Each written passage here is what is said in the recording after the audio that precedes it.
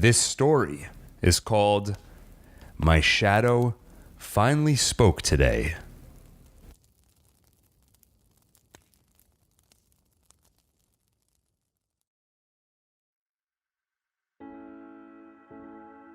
I checked the rearview mirror, and sure enough, there was my shadow, floating behind the car and effortlessly matching our speed. His eyes were dead as ever, and his skin was still stretched so tight, it was nearly translucent. As a kid, I remember thinking he was smiling, but in reality, he was simply baring his teeth through non-existent lips and nearly invisible skin. Though there were those handful of times when I was younger where I could have sworn he did smile when he seemed proud of me.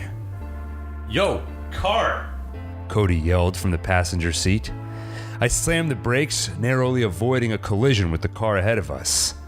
Steph punched the back of my seat and chided me. Jesus, Brian, why do we ever let you drive? I don't mind. It's more exciting this way, Kelly said from behind Cody. I'm pretty sure you're the only one of us that's ever been in an accident, Steph, I added. Cody laughed, which angered Steph further. My making fun of Steph and her boyfriend Cody laughing at her expense was pretty much standard operating procedure for us. That doesn't count. I was drunk, Steph replied. The rest of us burst out laughing. In a mocking voice, I said, "Sorry for running that car off the road and killing that family, officer, but it's okay. I was just drunk." Cody's laugh faltered, but I noticed that smirk hadn't left Kelly's face. Cody's matchmaking attempts had always failed, but I suddenly found myself happy he'd asked Kelly to join us on our ski trip. Fuck off, Brian. No one got hurt that night and you know it. Just stop spacing out all the time, Steph said before slumping back in her seat. After a moment of sitting quietly in traffic, Cody asked, Do you want to switch at the next rest stop? I don't mind driving. I'm alright, I responded as I held up my energy drink. Just need a few more sips of this. You're gonna have a heart attack with how much of that shit you drink, Steph said from behind me. I took a sip, preparing my retort. Well, if it happens while I'm driving, you're all going down with me. At that, Cody gave me the cut it out hand signal. I smiled and nodded, knowing if I pushed too hard, Cody and Steph were likely to have another Brian-fueled fight. Can I have a sip? Kelly asked from the back seat. Steph glared at Kelly as I smiled and handed the can back to her. As the car rolled forward slowly, I looked out the window over my left shoulder. My shadow was no longer floating next to the car and had instead taken to walking. His neck was craned slightly so he could keep an eye on me and the others in the car. His milky white eyes, with a touch of red, mostly stared at me, but occasionally looked at the others. So what is it? Why do you space out all the time? Cody asked. I smiled. Just staring at my imaginary friends. In a way, I was telling the truth. Imaginary is what my parents called him 20 years ago. I called him my shadow, because that's what I thought he was the first night we met. I was around 4 years old and had woken up in the middle of the night to use the bathroom. It had taken some time for me to muster the courage to walk through the dark hallway. I remember noticing the way my shadow grew and shrank as I walked by the nightlight. On my return walk, I noticed my shadow again, but this time, it had taken on a life of its own. The shadow appeared hunched over with its arms bent. It was shaking violently while I stood still. For what felt like a minute, I was frozen in fear, watching my shadow convulse. At that age, I recall thinking the shadow was dancing. Eventually, I shook myself out of shock and sprinted towards my mother's room. I stopped at the doorway and slowly walked towards her, the floor creaking with every step. I got as close as I could, but was stopped by the crib. My little brother was asleep, and I didn't want to wake him. So I whispered, "Mom." I whispered over and over, "Mom, Mom," but to no avail. Crying to myself quietly, I walked out of the room. In the hallway, I saw my shadow had begun to protrude from the wall. It was as though a black substance were pouring into the hallway and pooling onto the carpet. I was once again frozen in fear as I watched the puddle grow upward into the shape of a man. I sprinted past the partially formed ghoul, returning to my bedroom. I slammed the door shut and hid under the covers. Less than a minute later, I heard the sound of footsteps in the hallway. I didn't hear my door open, but nonetheless, the footsteps had unmistakably reached their way into my room. They only stopped once I was sure the creature was standing over my bed. I lay there the entire night, refusing to peek over the covers and refusing to see what my shadow looked like in its final form. Imaginary friends, huh? We're not good enough for you? Cody laughed. "Just kidding," I responded. "I just get lost in thought easily." Steph spoke up and gestured towards Kelly. "Wow, you two really are perfect for each other." I glanced towards the back seat and saw Kelly staring out the window, totally oblivious to the conversation. Steph and Cody continued staring at Kelly, waiting for her to notice. Realizing she was never going to, we all burst out laughing. Kelly looked towards the rest of us and asked, "What?"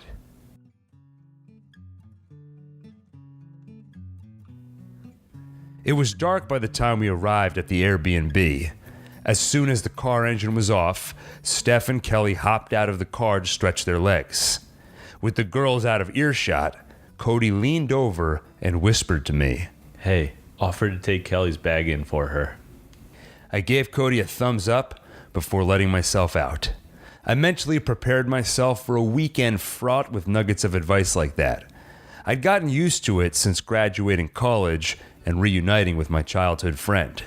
He was aghast to learn that even in college, I never managed to find a girlfriend. Since then, I'd become sort of a pet project for him. I'm heading straight for the hot tub when we get in, Steph said excitedly. Hell yeah, I'll meet you there with a few of these. Cody responded, referring to the beers in the cooler he was holding, which he gave a quick shake. Cody nodded towards the open trunk, calling my attention to Kelly, who was currently grabbing her suitcase. I sprang into action. I'll take that, I said to Kelly as I gently grabbed the bag from her. Oh, are you sure? Kelly asked. Cody butted in. Of course he's sure. Why don't you both go on ahead and check the place out? Us men will bring the stuff in. Oh, I didn't realize we had such strong men with us here, Steph replied sarcastically. Kelly simply smiled and said, thanks, then joined Steph, who was at the door already. Steph entered a code on the panel to unlock the door, then walked in with Kelly. Through the windows, I could see the lights turn on, and with the door slightly open, heard Steph. Wow, this place is great. Cody bumped me with his shoulder and said, Kelly totally likes you, man. All you have to do is not fuck it up, and you're going to have a great weekend.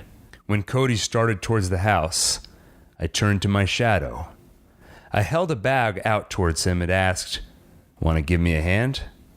He, of course, stared silently as I laughed quietly at my own joke.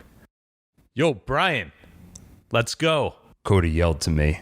I turned away from my shadow and caught up. Seriously, man, I worry about you. What is on your mind? Cody asked as we walked into the house. Steph was right. The place was pretty great.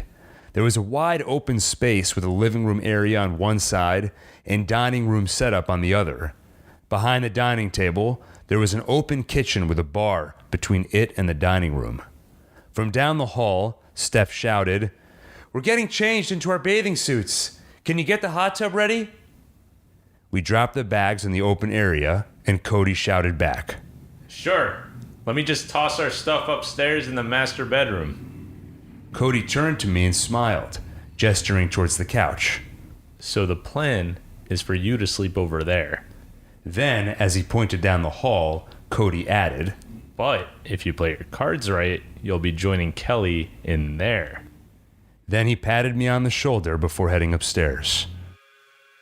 The tattered black robes hanging from my shadow, flowing onto the white carpet, would be a major distraction if I weren't so used to him already. Even the black goo oozing from his cracked skull no longer disgusted me. It was just part of my life. I was also confident that he would go unnoticed by anyone but me, as he always has.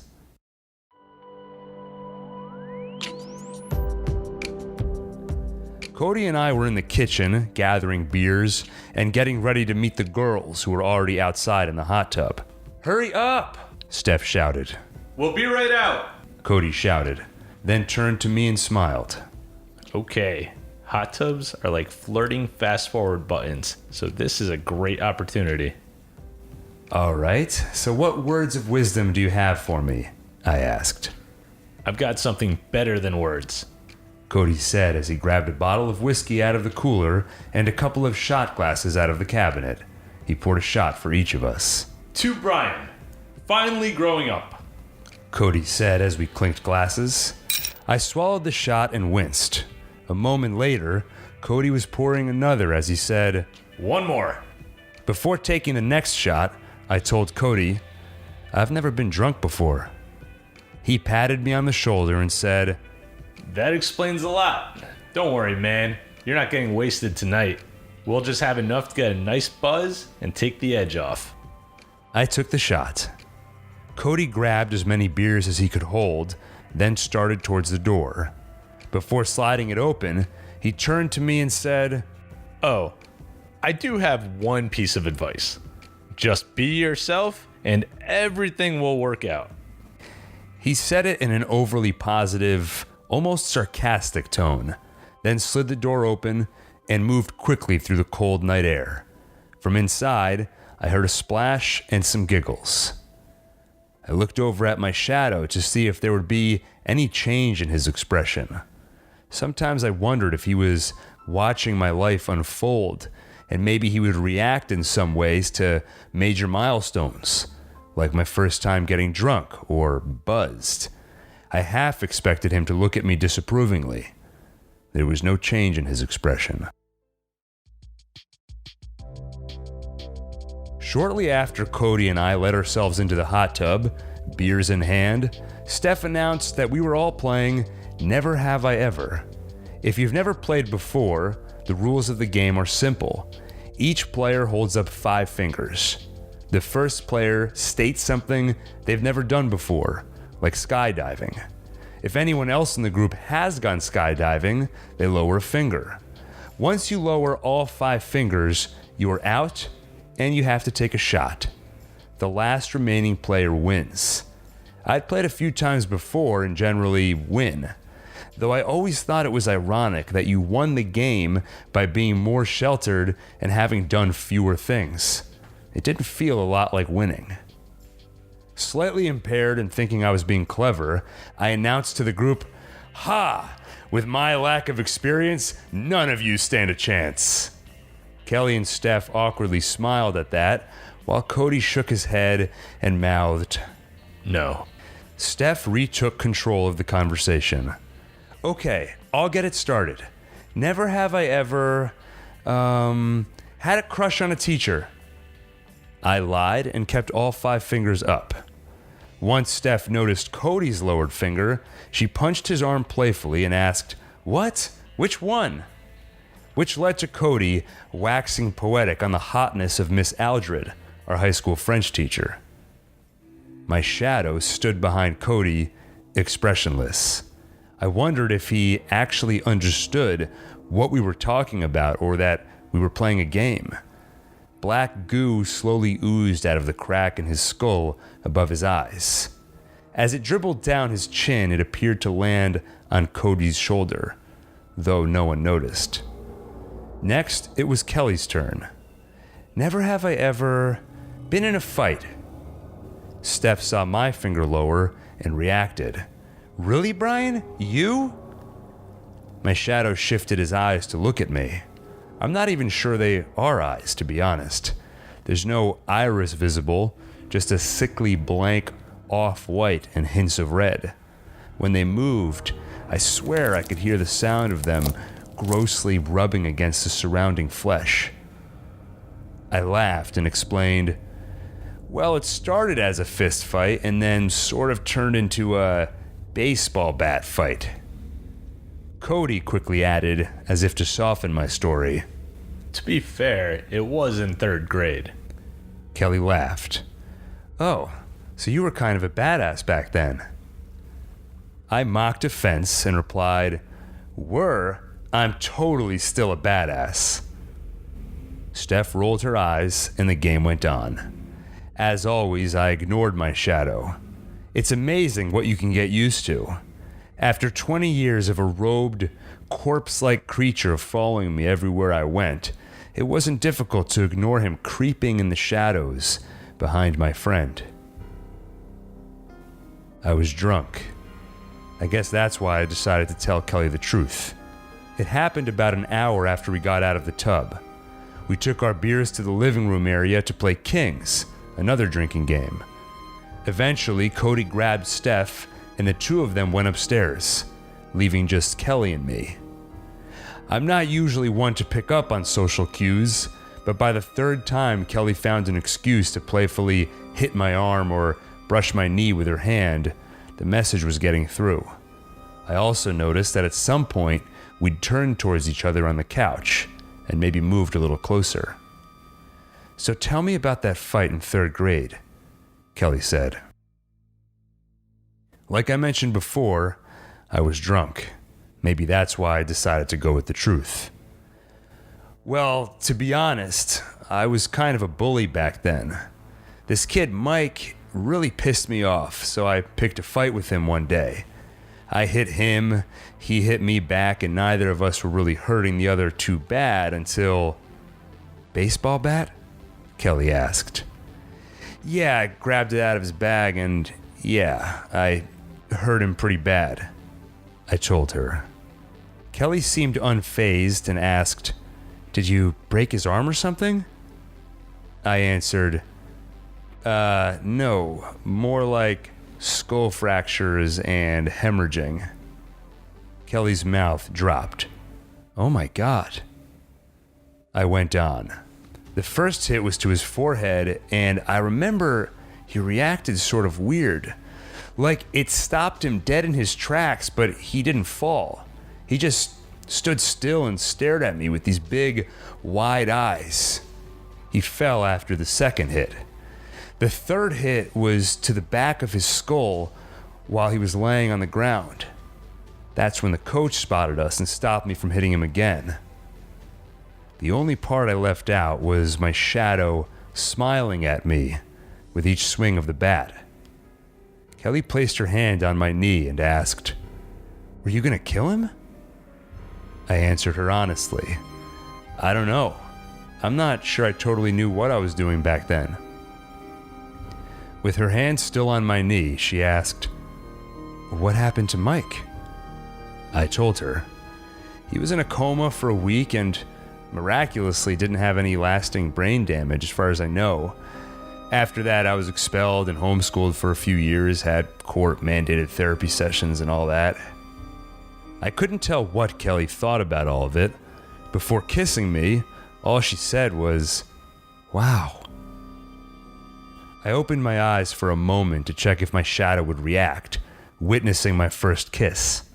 I was almost angry at him for keeping that same stoic expression during what should have been an important moment. After the kiss, Kelly smiled and said, Good night, Brian. Just before leaving the room, she added, Hope you can keep your murderous impulses in check tomorrow. His voice was raspy and higher pitched than I would have expected when he said, Brian, let's talk. Kelly had only left the room a few minutes earlier. I shut the lights off and was getting ready to lie on the couch to fall asleep when I felt his cold, bony hand on my shoulder. We had never made physical contact before. When I'd tried to poke him or throw something at him in the past to see if he was real, my hand or the object would simply phase through. Eventually, I surmised he only had a physical effect on the world when he wanted to. I spun around to face him and asked, "You can speak?"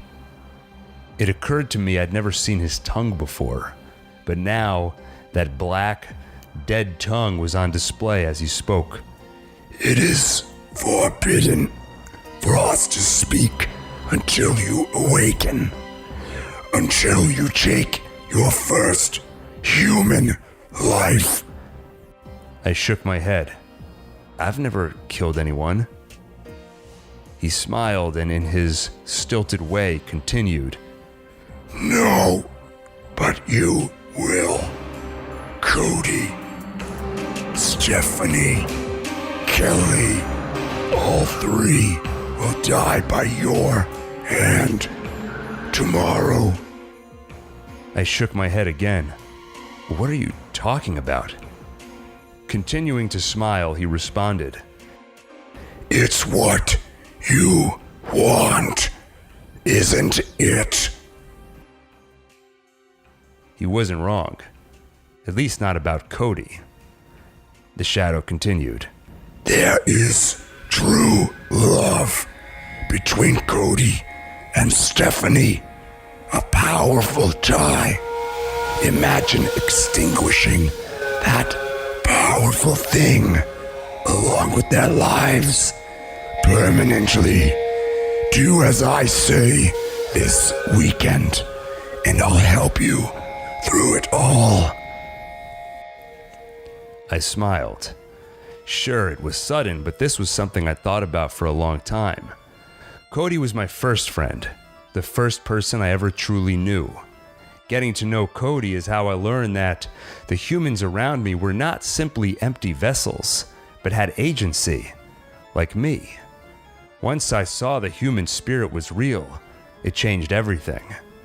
It was one thing to strangle the neighborhood cat, with my shadow smiling and nodding proudly, but to extinguish the life of a human. I became obsessed with the idea, as it had never previously occurred to me that there was anything special about another person. Why kill a man, risking arrest and imprisonment, when I could simply target creatures who wouldn't be as missed? Cody is what taught me that there was something more in a person, something worth killing. "Why are you helping me?" I asked. His hand returned to my shoulder as he went on. "So you can be like us one day. Prove your worth. Prove your potential is real. And we will give you power. You will join me when I return home, and I will show you a world you cannot imagine." I felt tears forming in the corner of my eyes. I suddenly knew how important this weekend would be. Over the years, I've grown to accept and even embrace my desires. Now, I was overwhelmed with joy to see it spelled out so plainly that I am important and the things I've wanted to do are right. In a night full of firsts, my shadow not only spoke for the first time, but also left me for the first time. He told me that I should rest alone in preparation for tomorrow. Although I don't know how I'm going to sleep tonight, I'm far too excited for tomorrow and how beautiful a weekend it will be. Tomorrow, I will finally awaken. I will finally embrace what I am meant to be.